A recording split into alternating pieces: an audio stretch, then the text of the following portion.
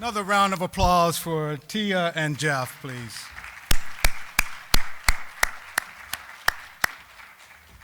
Pardon my manners. My name is Tondo Malseo, and I'm president of OABSE, the Ohio Alliance of Black School Educators. At this time, I'd like to bring to the podium our first vice president, Tawana Russell. Good morning, everyone. It is my pleasure to stand here before you today, not taking for granted the breath of life that God has blessed upon me. I have also the luxury of introducing a dynamic speaker by the name of Harvey Silver. Harvey is the co-founder and president of Silver Strong and Associates and the Thoughtful Education Press. He has over 4 decades of experience as an educator, presenter, coach, and a consultant. As a trusted expert and bestseller author, Harvey has led thousands of workshops, institutions, and academies for schools, districts, and state education organizations throughout the United States. He is a dynamic presenter who speaks regularly at national, regional, and international conferences hosted by organizations like ASCD, Learning Forward, Learning in the Brain, Battelle for Kids, and the Hawker Education in Australia. Harvey's work is all about the learning. He often focuses on educators' effectiveness, instructional tools and strategies, lesson and unit design and delivery, differentiated instruction and assessment, and thinking and learning styles. With the late Richard W. Strong, Harvey developed the Thoughtful Classroom, a renowned professional development initiative dedicated to the goal of making students as important as standards. Harvey's collaboration with Matthew Perini and other educators across the country to develop the Thoughtful Classroom Teacher Effectiveness Framework, which is a comprehensive system for observing, evaluating, and refining classroom practices. Harvey is an author of a number of bestsellers for educators, including the ASCD's book called The Core 6 and The Strategic Teacher. He is a lead developer of an award-winning books for tools for educators series. This also includes the most recent bestseller, Tools for a Successful School Year, Starting on Day One, Tools for a Thoughtful Assessment, Tools for Conquering the Common Core, and most recently, a collaborative publication with McCrail International, Tools for the Classroom Instruction That Works. Now, that's Harvey. On paper. I'm not done yet, sir. But I had the pleasure of meeting Harvey some years ago, and much like many educators, I was one of those people that had big beliefs, big dreams, big aspirations for what I could do in education. But I realized I'm doing a whole lot of work. And until I had the opportunity to meet Harvey and work with his organization, not only was I a believer, I became a seer. I began to see that it is possible, that it is not an impossible task to actually deliver effective instruction and get results. So I moved from a believer to a seer to a doer, okay? And he helped me understand that it wasn't that we were just doing a lot of work, it was, problem of practice. So we moved from believing, seeing, okay, to doing, and now I stand before you today leading others in this work. So I would tell you like my grandmother tells me, or tells others, and she shares, you got to be thankful for a I know so testimony. I love to share with you Harvey Silver.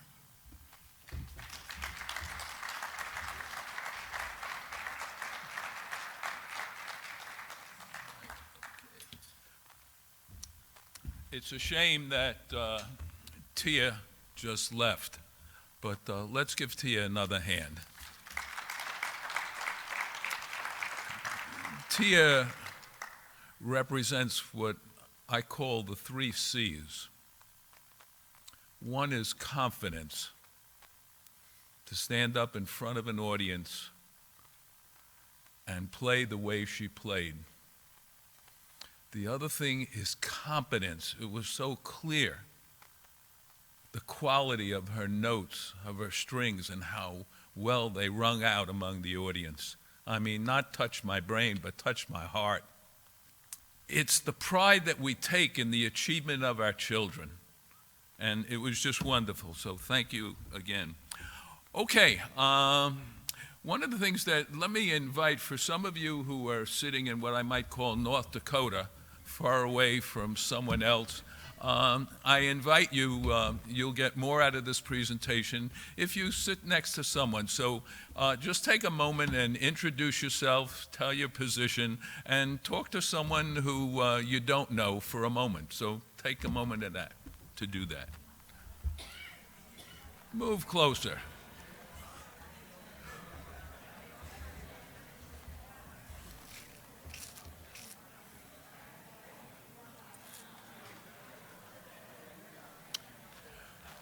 Okay, thank you. So the first look at my title of my presentation, Deeper Learning, a Study in Rethinking Equity. And there are 3 concepts here: deeper learning, equity, and rethinking. How many people here have ever had the opportunity to rethink something that you were doing, something that needed to change? See, rethinking is different than reforming. It's something we work on. And one of the questions that's part of rethinking is, how can we? I love the question. It's always, I ask my staff, how can we? Notice, how is putting it into action. Can means that we have some control, and we is inclusive. So when you have a challenge, when you have a problem, you sit down with a group of people and you say, how can we? How can we make a difference? How can we change student engagement? That puts ideas into action.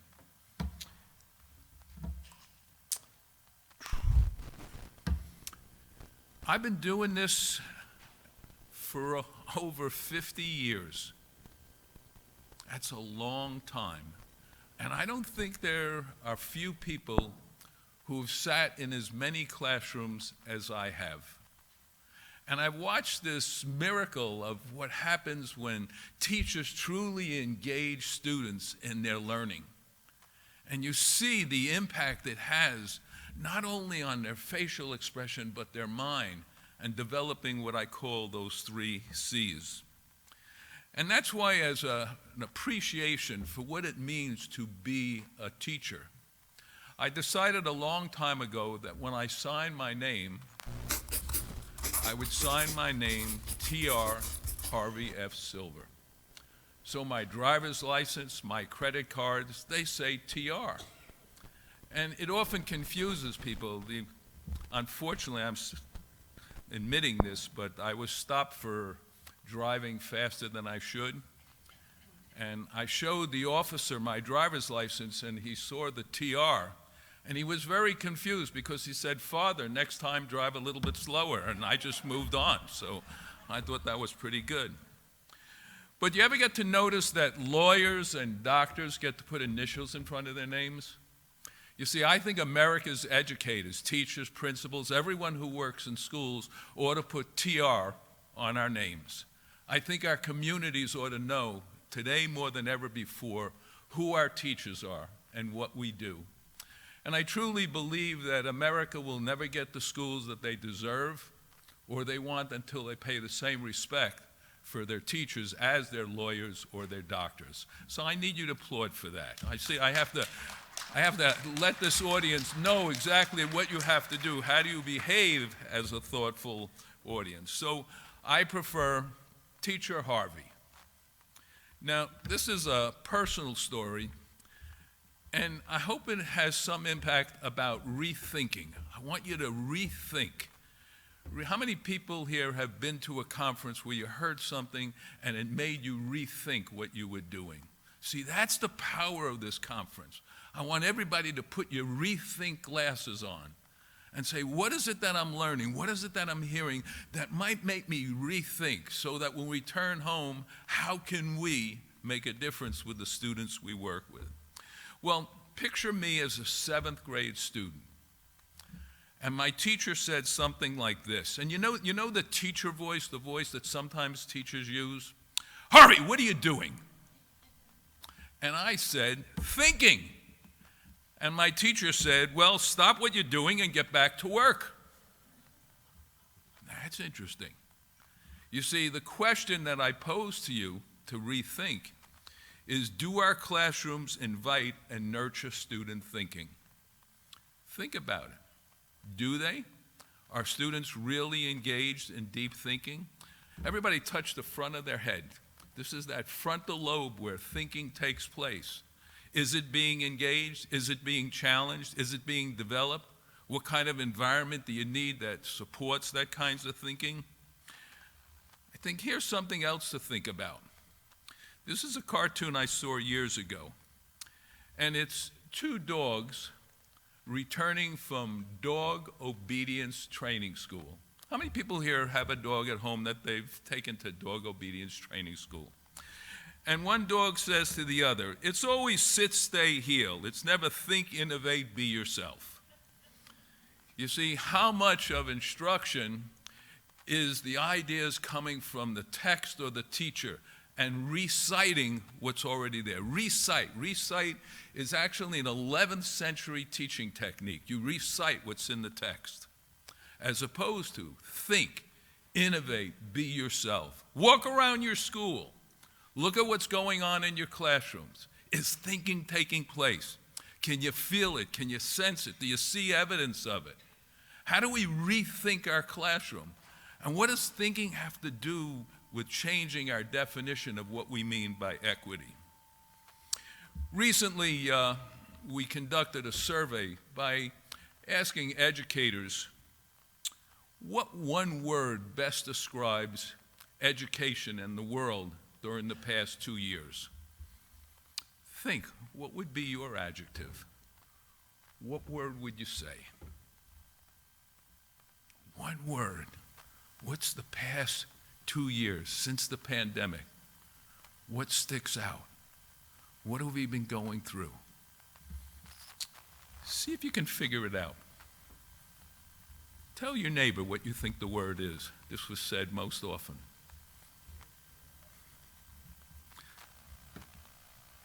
Uncertainty. How many people there would agree with me that for the past 2 years we've been riding the roller coaster of uncertainty, not knowing whether it's going up or down or which way to turn?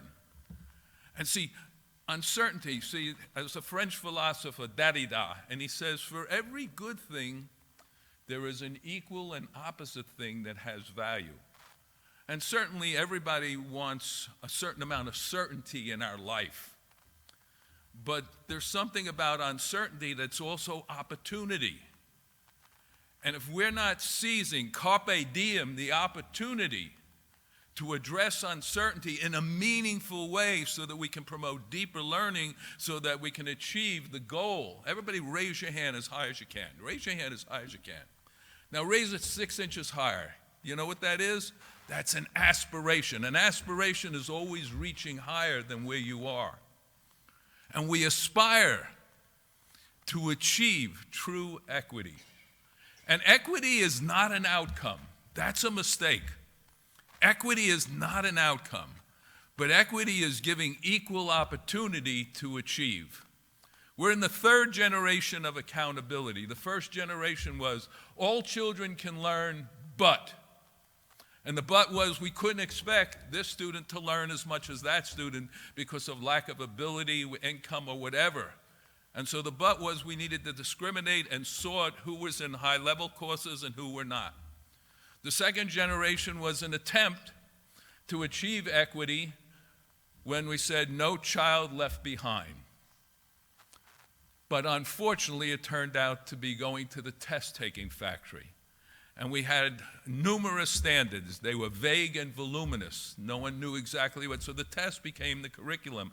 And we scrimmaged and tested to pass the test with a carrot-stick philosophy. Not working on the process. The process is the answer. The process changes the outcomes. Not the outcomes changes the process. Certainly the outcomes allow us to reflect upon the process. So what's the third generation of accountability? It's so each may learn.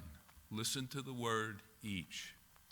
Each of you giving the best opportunity that you can succeed, that you can achieve your potential, just as Tia has achieved her potential. How many people here believe that Tia works hard, that she exhibits effort, that this did not come easy? That's what school is about. That's what education is about. Uncertainty. But amidst this uncertainty, what is certain, the one variable that makes a difference, that you can make a difference, is instruction. It is the number one variable that has the greatest impact on student learning that we can control. And we got to do it right, and we've got to do it well. And that's what equity is about. Raising a hand 6 inches higher. Every day, every teacher getting better at teaching. Just think about the impact that would have if we got better at what we were doing. If we worked as hard as Tia, if we had confidence in what we were doing, if we committed ourselves to our practice, if we got better. This is the recent text I wrote with Jay McTighe, Teaching for Deeper Learning, Tools for Making Meaning. And one of the things we recognize in a world where few people can sit at the table and agree on anything, we found that everyone we spoke to, whether it be parents or teachers, agree that they want their students to learn deeply rather than superficially. So this is something that's a common cry. This is something that's a rallying cry. So our rallying cry is deeper learning. All educators want their students to learn deeply rather than superficially. So what does deep learning look like? So I've got 3 questions that I'd like to address, not just in this presentation, but I love to share ideas. And I'll be around for the next 2 days. My staff will be around. We have a booth, and we'll be discussing these questions. But what is deeper learning? What does it mean? Why is deeper learning an equity issue? And I think that's something that's important to all of us. And how do we promote deeper learning in our classrooms in our school? So that guides us. So now what is deeper learning? Well, the first thing I can tell you what it's not. And sometimes it's best to talk about what quality work is not, because you can learn more sometimes not from looking at the best work, from looking at work that doesn't necessarily meet the standard. And that's critical. See, deeper learning is not isolated bits and packages of information coming on conveyor belts faster than students can process or make meaning of it. It's not opening up students' heads and trying to pour content into their heads to cover learning loss or whatever that means. We can teach faster than most students can learn. So what is deeper learning? In a recent study done by 2 Harvard professors, Maida and Fine, in a text called In Search of Deeper Learning, they visited numerous schools. Some of these schools said they were committed to deeper learning, and what they saw were what they call the 3 2s. And think about your own school, think about your own classroom. Too much telling, too much busy work. And what do you think the last 2 is? Too little thinking. And here's the data that they collected. More than 80% of the time, teachers were talking. Teachers were telling students the content. More than 80% of the time, students were working at the lowest level of Bloom's taxonomy. And less than 4% of tasks really involved higher level thinking. If that's the description of your school, then we're missing the boat. Then we haven't raised our hand high enough. That's the aspiration, to change this formula. And we can do it with instructional tools and strategies. Any research will tell you that this kind of instruction leads to cognitive overload. Our working memory can't hold on to the content. It forces students to memorize for tests. How many of you have learned information to pass a test and a week later it's gone? That's fool's gold. It's superficial understanding. If you don't understand, you can't explain it, you can't apply it, you can't transfer it. And it leads to frustration, not only frustration on the part of students, but how many of us as educators are frustrated? I taught it, but they didn't learn it. So we've got a model of instruction that seems to be expedient, so you pass the test on Friday, but you build a house of cards that with slightest wind is blown away. So how do we respond? By recognizing that deep learning is constructed in the mind of the learner. You're making meaning right now. What I'm saying, you're saying, how does this relate to what I know? What kinds of connections am I making? How can I use it? Is this causing me to rethink who I am, what's happening in my school? If your lights are not on your brain and you're not actively participating, then why are you sitting here in the first place? It's about meaning making. It's about making sense. It's taking responsibility for making meaning. It's through active mental processing, through thinking, that makes a difference.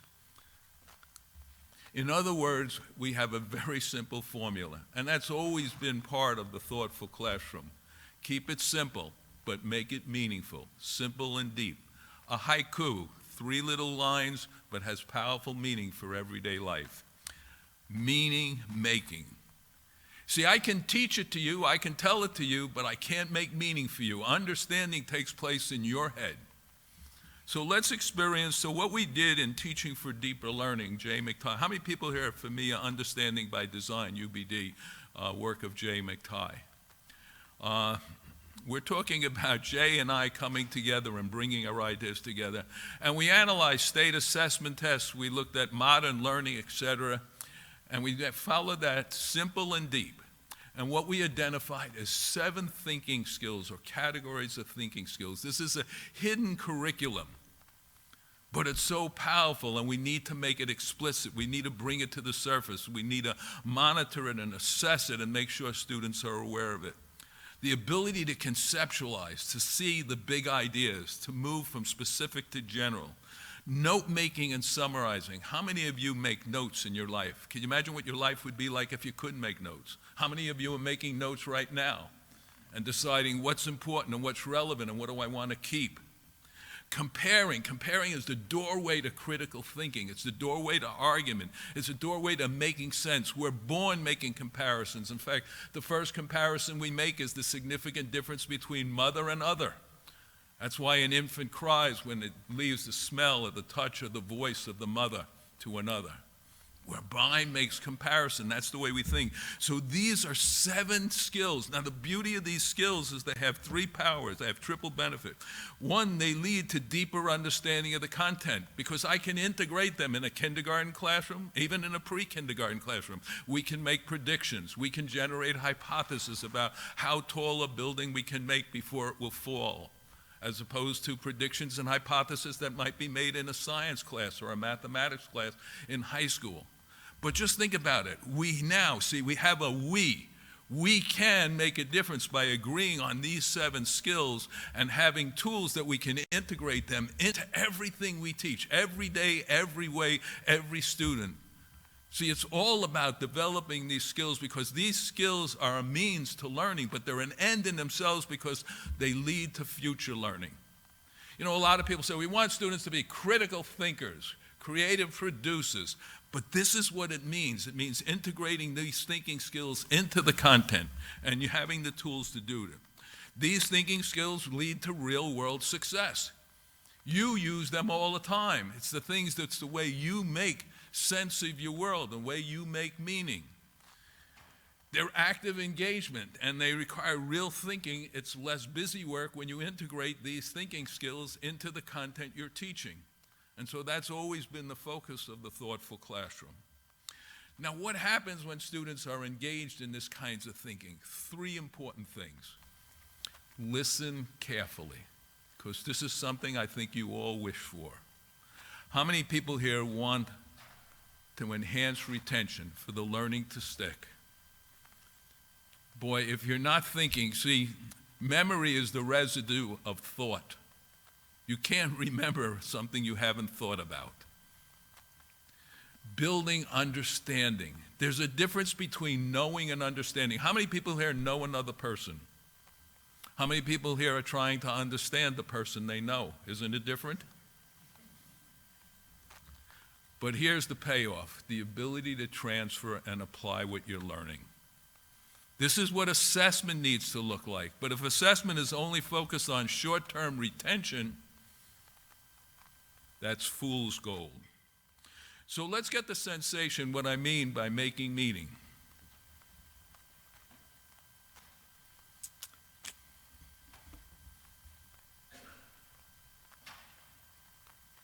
How many people here are smiling? How many people here get the joke? See, but what does it take to get the joke? You have to know what Superman is. You have background knowledge. You have to know his strength. You have to know that the person is choking. You have to know what the Heimlich movement, and if you don't know any of those things, you can't laugh. You see, right now you're making meaning. You've never seen this cartoon before, but you're making sense. You're making meaning. That's what needs to take place in the classroom. Not just taking up space, but thinking, using your mind well.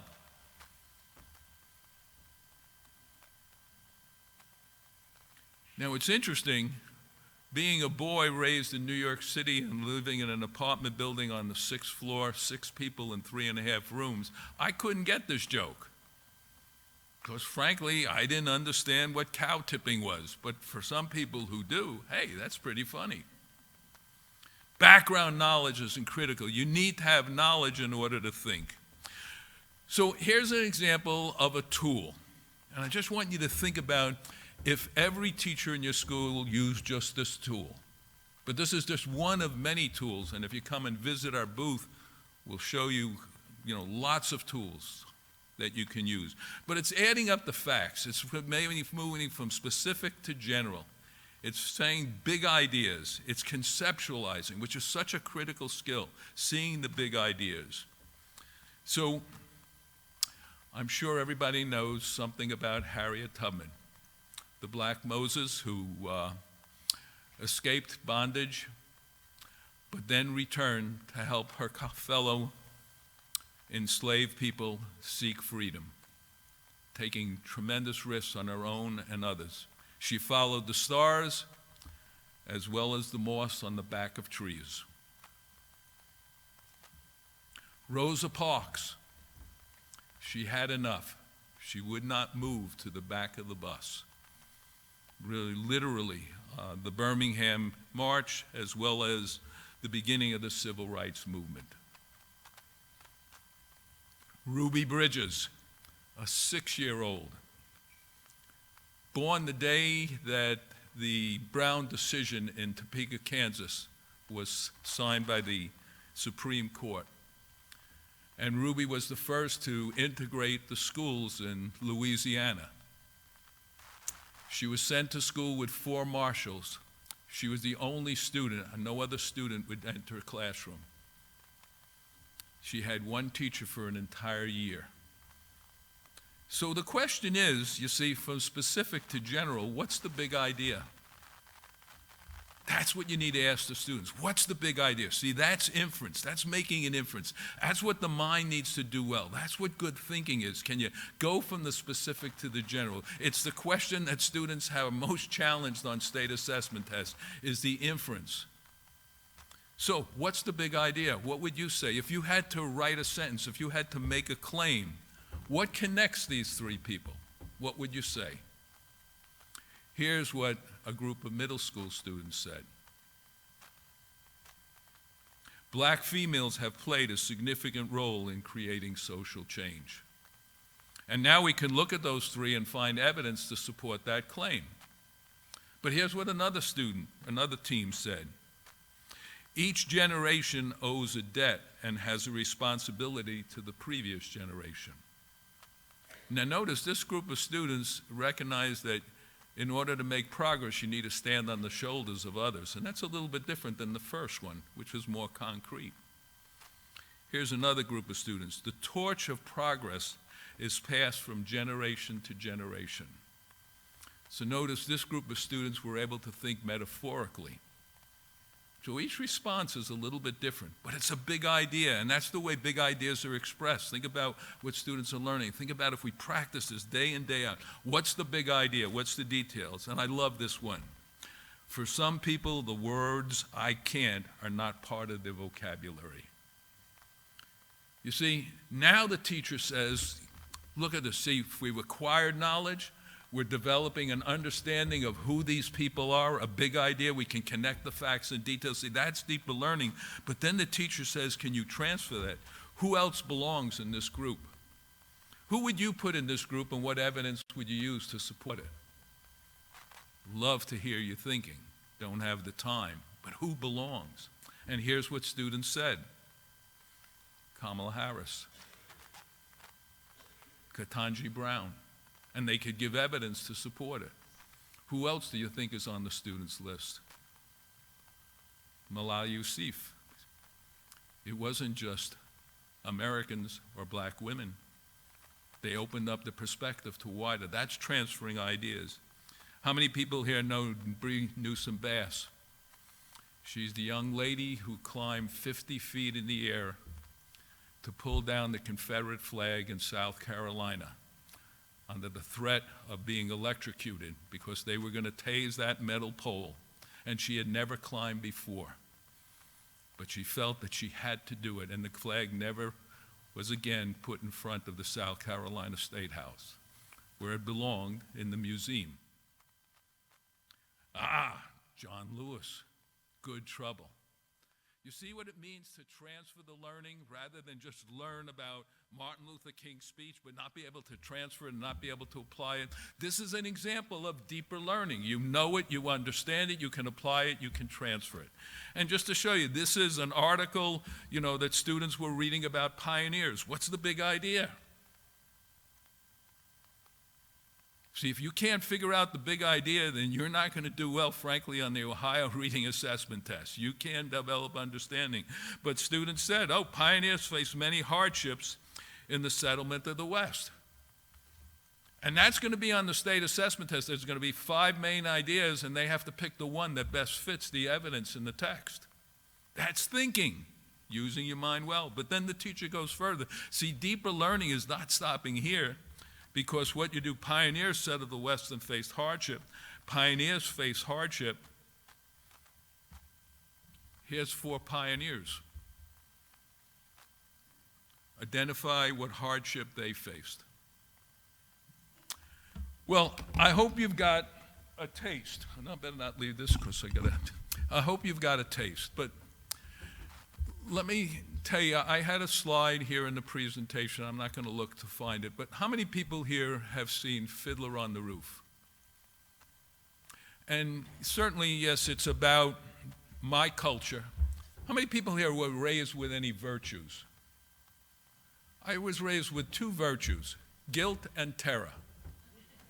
I can explain it. I'm a Jewish boy who lived in a Catholic neighborhood. And if you know anything about either of those cultures, that's guilt and terror. But Fiddler on the Roof, sunrise, sunset, the world is changing and moving, and Tevyev, the main character, the fiddler is on the roof. On the one side is tradition, the past, and then the other side is change, and his family is changing. And many Jewish people lived in villages like this, and those villages were always as far away from the rest of the people so that they could be secure and safe. Now think about many of the villages and the towns that were developed after the Civil War where blacks could be safe and thrive. See, the story is really universal, but on a regular basis, hoodlums would come and cause disruption. They'd burn their villages. They'd violate their women, and there was little that they could do. So one day a group of hoodlums came to this village, and they wanted to humiliate the people, and they said, "Send us your wisest man, your wisest person, your rabbi, and we're going to see how smart or intelligent he is, and see if he can save the village. And what we're going to do is we're going to put 2 stones in a hat. One is spotted and the other is not. And we're going to let him stick his hand in the hat, and if he pulls the stone that's not spotted, we will leave your village and not do any harm." Now, the hoodlums really were not giving the rabbi or the teacher a chance. They put 2 spotted rocks in the hat. So no matter what he chose, the village would be burned. And that's what they wanted to do.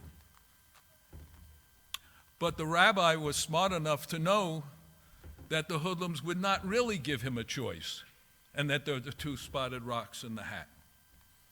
So he stuck his hand in the hat, and he started to rethink. He started to think about his teachers, his parents who helped educate him, his teachers in his school, the other rabbis that he studied with, and the wise men that he read about. And he grabbed the rock with 2 hands and held it as tight as he could, and he threw it into the woods. And he said to the hoodlum, "That's the rock I chose. It's opposite of the one inside." And the hoodlum was humiliated and embarrassed and moved to the next village.